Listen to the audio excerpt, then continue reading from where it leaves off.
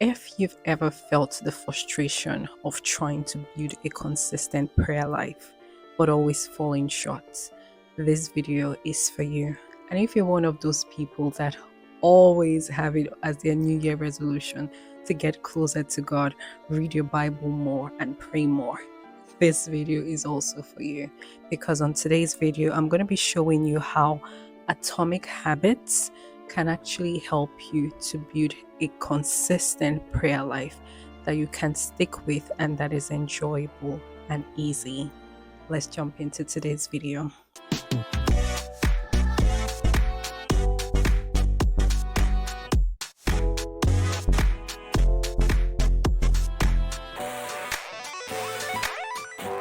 Hi everyone, welcome back to my YouTube channel. My name is Christine. If you're meeting me for the first time, here on this channel we share all things faith and growing in your walk with God. So first things first, I wanted to lay out a foundation for today's topic, and I just want to bring out a few points that would help us to lay that foundation properly. First things first, prayer is a habit just like every other habit that we have. So, brushing your teeth in the morning is something that you probably have done so many times that you do it now without even thinking about it. Prayer can be cultivated. Nobody was born a prayerful person. It is a habit that you can develop and cultivate, and with time get better at doing. There is no born prayer warrior. So I just wanted to put that out there because sometimes we don't think about prayer as a habit that can be developed. We think we just have to be born with it, or you have to be, in a top pedestal in your walk with God in order to get there. But these are habits and they can be developed. So I like to define a few terms here. And I'm going to be making reference to this book. I talked about this on my last video, and this is just building up on what we already started talking about. So if you have not watched that video, I'm going to leave a link right here so you could go and watch it. So the first thing I like to define is atomic. Atomic is defined as an extremely small amount of a thing, or it is the single irreducible unit of a larger unit. So that is the smallest unit of a bigger system. So atomic habits in this context, actually, let me define habit first. A habit is a routine or a practice that is performed regularly. It can also be defined as an automatic response to a specific situation. So there are situations that we encounter every single day. We don't even think about it. It's a habit. For example, I have the habit of always leaving my keys in a specific place when I get into my house. It has become such a habit right now that I don't even think about it. I just see myself going to that place and dropping my keys in there. And before then, I didn't have a habit of doing that. I just leave my keys wherever and then I keep looking for them when I need them. But now, with that habit, I always have a designated place for my keys. So, in the same way, these habits are things that we have done repeatedly to the point that we do them without thinking about it. Brushing your teeth is another habit. You don't think about it when you're brushing your teeth or what direction you should brush. You just wake up, put your toothpaste there, and you just brush. You've done it so many times, it's now part of you. In the same way, prayer is something that can be cultivated and it can be so enjoyable to the point that you don't think about it as like a big hurdle that you have to cross. It's something that can become enjoyable and it's something that you can look forward to. To buttress this point, I just would like us to read a passage of scripture just to let us know that prayer is a habit, and that is Daniel chapter 6, verse 10. Um, I'm gonna give a little background for this. I like to do that so we understand like where we're coming from. Daniel is a captive in the land of Babylon, and Daniel has such an excellent spirit that the king takes notice of him. Daniel is promoted, he is one of the presidents in Babylon, and the other officials are looking for a way to ensnare him to get Daniel in trouble, and they don't find any other way. So they come together and they decide that, okay, we will not be able to trap this man because he does such an excellent job. So let us look for other ways that we can trap him. And they finally decide that, okay, we know that he worships the God of Israel. So let us look for a way that we can trap him. So they go to the king and they make the king sign this new law that nobody should pray to any other God except the king.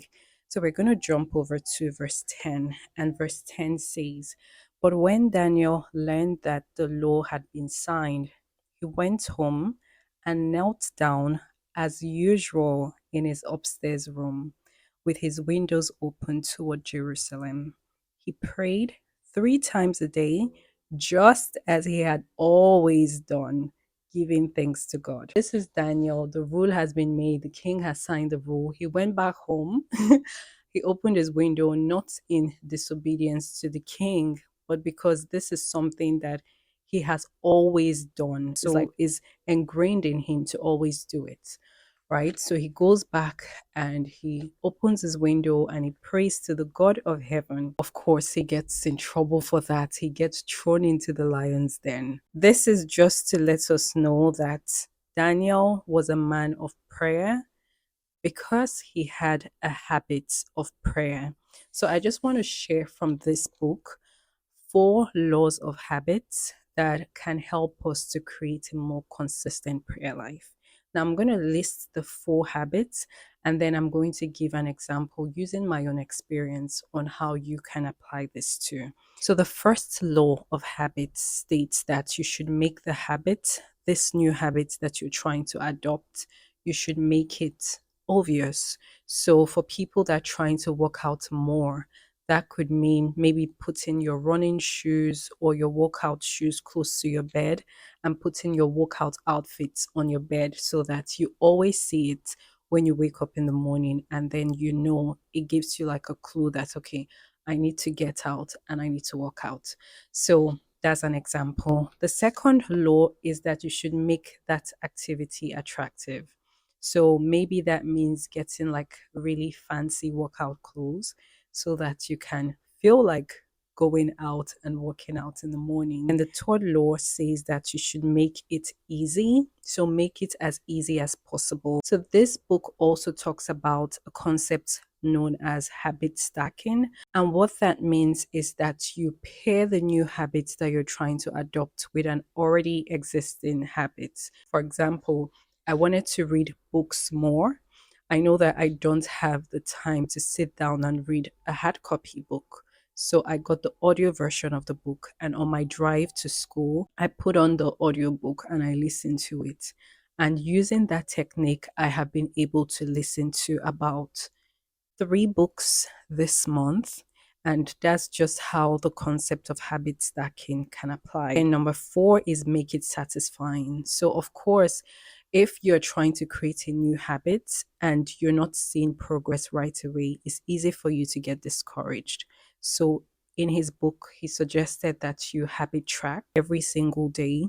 You are able to tick off something, maybe using a habit tracker to say, oh, I completed this habit today, and this week have been consistent for 7 days doing this particular habit. And just seeing your progress in real time also encourages you to keep going. So now that we have defined habits and we have talked about the 4 laws of habits, how do we now apply this into our spiritual habits like prayer? So I'm going to be using my experience as an example because I can only talk about my experience, not somebody else's experience.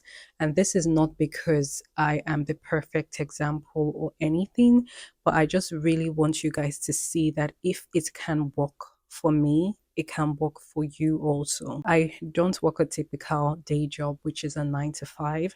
My job is actually a 3 to 11 job, which means that at 11 p.m. at night, when most of the world is sleeping, I am too tired to do anything else. I just want to go to bed. And I used to feel really, really guilty because I really wanted to spend time with God. but I was just too tired to do that. So I'll just mumble a few prayers and go to bed. I decided after reading this book that I would try to adopt a habit of prayer before going to bed. So what I did on the first day was I set a timer on my phone for 10 minutes, and my goal was that in 10 minutes I would say everything I wanted to say to God, tell God about my day, worship in that 10 minutes, like literally everything in 10 minutes. And the first day, I just spent that just thanking God, because I don't remember how the day went, but I was just really grateful about, all that God has done. So I just poured out my heart to God. I had worship music playing in the background, and that 10 minutes went so fast. Like I had to repeat that 10 minutes again because it was like it went so fast. But that showed to me or proved to me that, many times we think that you have to spend like a really, really long time just praying in order for you to feel like you have prayed. But 10 minutes does make a huge difference. 10 minutes is better than nothing. So after that first day, I came back the second day. I did same thing. It was easier. I could go for longer. And I've been doing that consistently now for about a week or so. And that just tells me that all of these things are things that we can enjoy, is actually more enjoyable because I look forward to that time every night. I look forward to that time where I could just be in my room, turn on my music, and just worship and just tell God about how my day went. So this could be 5 minutes for you. This could be 15 minutes for you. Maybe as time goes on, you want to take it a notch higher, make it 15 minutes, make it 20 minutes, 30 minutes, whatever that means to you. But being consistent, making it easy. And the book also talks about the fact that motivation is overrated. Many times we feel like we have to be motivated to do something. You don't have to be motivated to pray or work out or any of those things. You just have to be disciplined enough and create an environment where it's easy for you to actually follow through with your habits. Another thing that I want to bring out here is that if for any reason you skip a day, immediately try to get back into the flow, right? Don't miss one day and then, oh, I've missed one day, and then you just keep missing days. The goal here is to get back as soon as you can into that habit, because good habits are not easy to form, but they're easy to break. But once you have gotten into the habit of doing something, it makes, continuing with that thing easier. They say it takes 21 days to form a habit. I think it takes about 30 days. So do it for 30 days and just see the difference. Track it also and just see the difference that is making in your own life. And yeah, that is my experience. As you guys can already tell, I'm not coming here to talk because I am a professional or I have my whole life together, but this is something that has been working for me, not just when it comes to like habits like prayer, but other areas of my life. And I just feel like a lot of us can, live the life we so much desire if we're willing to put in the effort. And yeah, I just pray that this video encourages you to create new habits. Try the habits of prayer, definitely. And if you're able to follow through with any of these points using my experience, please let me know. I like to know how that's going for you. And yeah, let me know. Leave me a comment in the comment section. Like this video if it has inspired you in any way, if it resonates with you. And please share it with someone, because this could really, really help somebody else. Thank you guys so much for coming back. Thank you for joining me. If this is your first time, don't forget to subscribe so that you never miss another video from me. And until next time, I love you guys, and I will see you on my next video. Bye.